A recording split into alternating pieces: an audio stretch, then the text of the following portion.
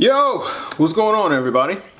Now, unless you've been living under a rock by now, I'm pretty sure you probably heard of the biggest independent wrestling show in the history of man. It's called All In. It's being put on by Cody Rhodes and the Young Bucks. And honestly, man, it sounds like it's going to be like the WrestleMania 1 of independent wrestling shows. And what I mean by that is it has the potential to shift the tides in the world that we know and love that is known as professional wrestling.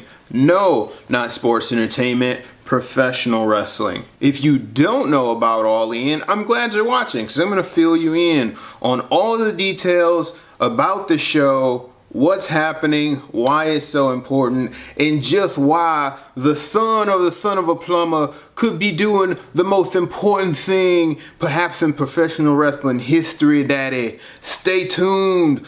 This time, today, this episode, daddy, we're talking All In with the Bullet Club members, Cody Rhodes, that dashing devil, and the Young Bucks.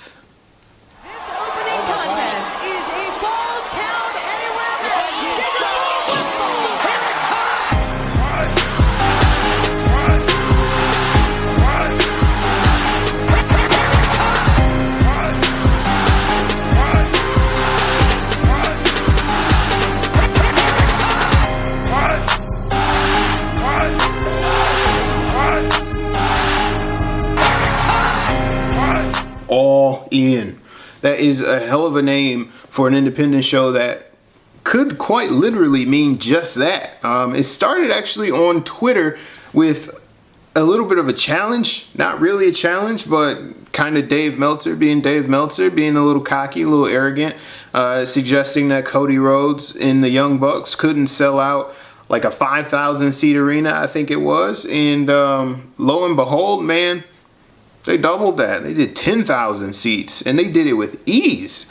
Tickets went on sale a few short weeks ago, and they actually sold out in like 26 and a half minutes, which is crazy when you think about it. All In is slated to happen September 1st at the Sears Center in Chicago, and the roster of wrestlers that are slated to appear, man, are just off the charts. I mean, of course you got Cody Rhodes, you got the Young Bucks that are going to be there, you got Kenny Omega, you got Hangman Page, you got the Villain Marty Scurll, you got Kazuchika Okada from New Japan, you got Tessa Blanchard, Chelsea Green.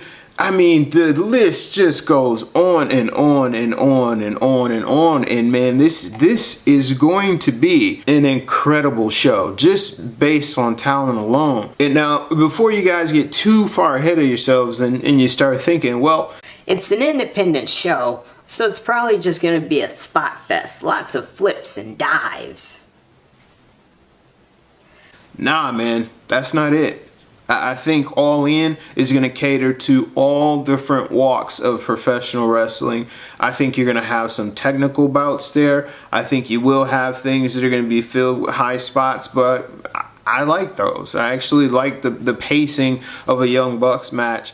Sometimes more enjoyable than that of a Randy Orton match. I mean, yeah, 7-minute rest holds are cool, but what are we really accomplishing here? The roster isn't the most important thing behind this show, though. Probably the single biggest aspect of this show is the fact that it's a huge deal.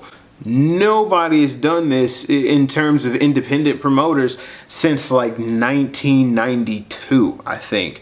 This is, for all intents and purposes, a very WWE-esque move, you know, to put on a show of this scale and of this magnitude. It just goes to show the drawing power that Cody and the Bucks have. And then on top of that, you're getting the showcase of talent that you wouldn't really find under one roof outside of maybe the Battle of LA at PWG. So I think one of the most important aspects of this show will be the card itself. Right now, there's only one match that's been announced, and of course, that one match features the guy, Cody Rhodes, and he's actually going to be facing Nick Aldis for the NWA Heavyweight title. That is huge.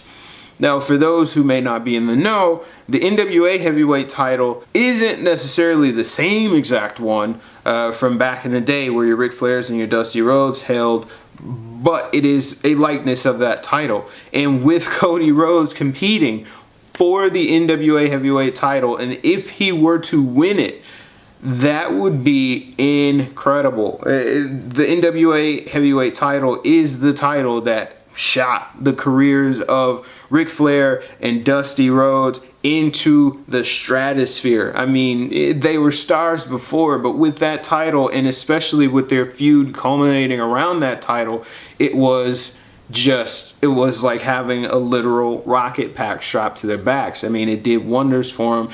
And I mean, you know, you can't forget that main event, Starrcade 85.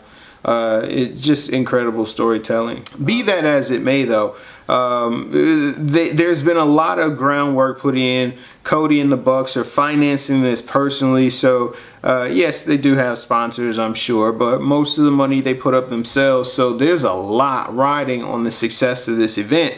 Ticket sales by themselves doesn't necessarily make the show successful, because I'm pretty sure most people only bought tickets to throw them back out onto the secondary market. You know, I think the actual success of this show will reside on the reaction it gets, what types of reviews, because I'm pretty sure there's going to be several journalists that are going to be there. I wish that I could be there, but brother, $1,000 for a ticket, that's a little too rich for my blood. The coverage that it gets, of course, is going to dictate whether or not it's deemed a true success. And then above all else, if there's any sort of streaming option, how many people tune in to watch it. That will determine if it's a big success.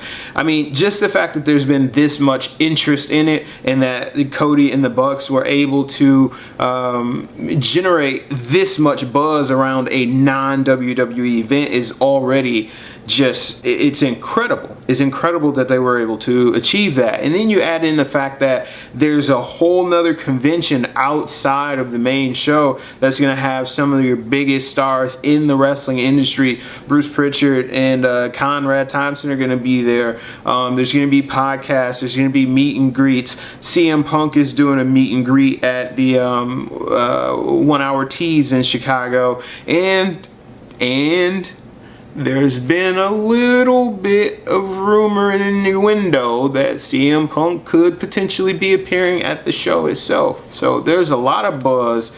There's a lot of hotness around this show. And I, for one, am very, very excited. As a wrestling fan, I love that things like this happen. So at the end of the day, we have to wait until September 1st to see exactly how huge this event is going to be. But I am very excited just at the prospect, at the buzz that it's getting. You know, I think WWE legitimately needs a secondary competitor, and I'm not so foolish as to believe that what Cody and the Bucks are doing will provide that, but I do think that hopefully it will light a fire under WWE to make them a bit more competitive and to step their game up in regards to how they book and how they write stories and things like that. Because truthfully, a lot of the stars that are going to be on this card belong to Ring of Honor and New Japan, which New Japan is right there. They're one American TV or licensing deal away from being a very credible threat to WWE. And I hope that happens. I hope much success to the Bucks, to Cody, to everybody that's involved in this show. I absolutely 100% love it. All right, dudes, that was today's show. All In is going to be an incredible event. If you're going to go there, drop a comment down below. Let us know what your thoughts were about the show. If you like this video, make sure you hit that thumbs up button. Make sure that you subscribe to the channel. That way you get more videos just like this one. And as always, I thank you guys for watching, and I'll catch you on the next one. Peace.